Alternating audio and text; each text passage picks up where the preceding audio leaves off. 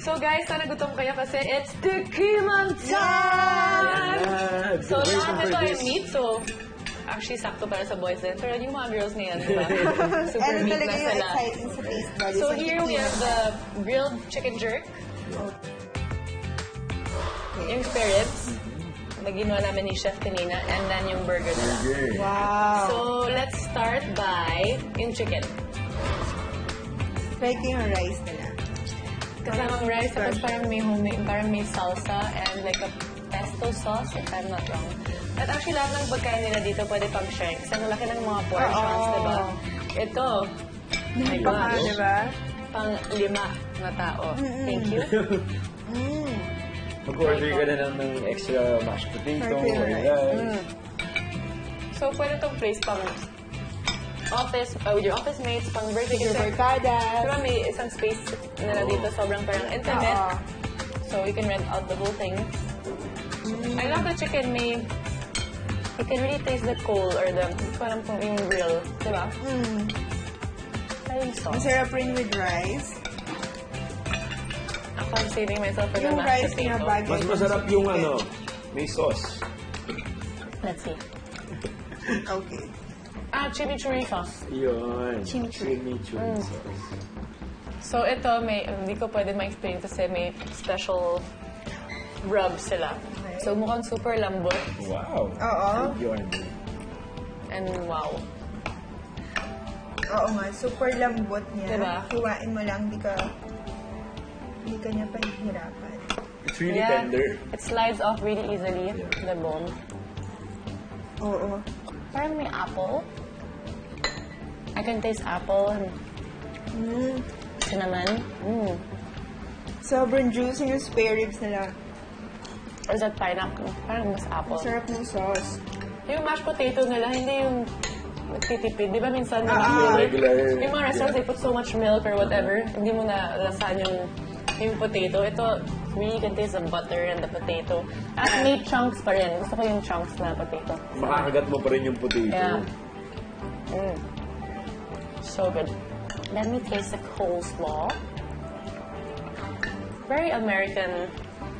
Yung American sauce inspired. medyo may spice, kaya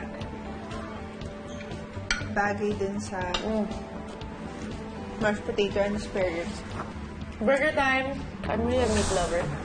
Malungkot ako kapag may fish. Ako, I love seafood. Chicken, no, I love chicken actually.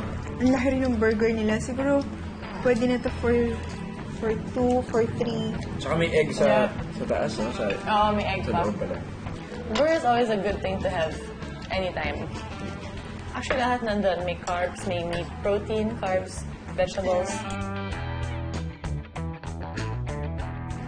At there's more! Ito yung bago natin. So, Is balita ko soon wala to ka come sa out menu. sa menu. This is beef ribs. Beef So, ribs. yes. Coming out next month. Why did you decide ba to put up like American comfort food? Bakit hindi Pinoy or, di ba? Yung actually, eto kasi family establishment. So, we decided that lahat ng restaurants, iba-iba cuisine. So, ako naman, with my partner, Chef Neil, we've always wanted to open up an American comfort food restaurant. So, eto yun. And it's always easy. I mean, everyone loves American comfort food. Oo, that's true. And we are both meat lovers, so, eto yun. Oh my gosh. This is so good. I can imagine this in a sandwich, shredded. Pero hindi masyado sa Pinoy. They don't like pulled pork or pulled beef sa sandwiches. This is so good.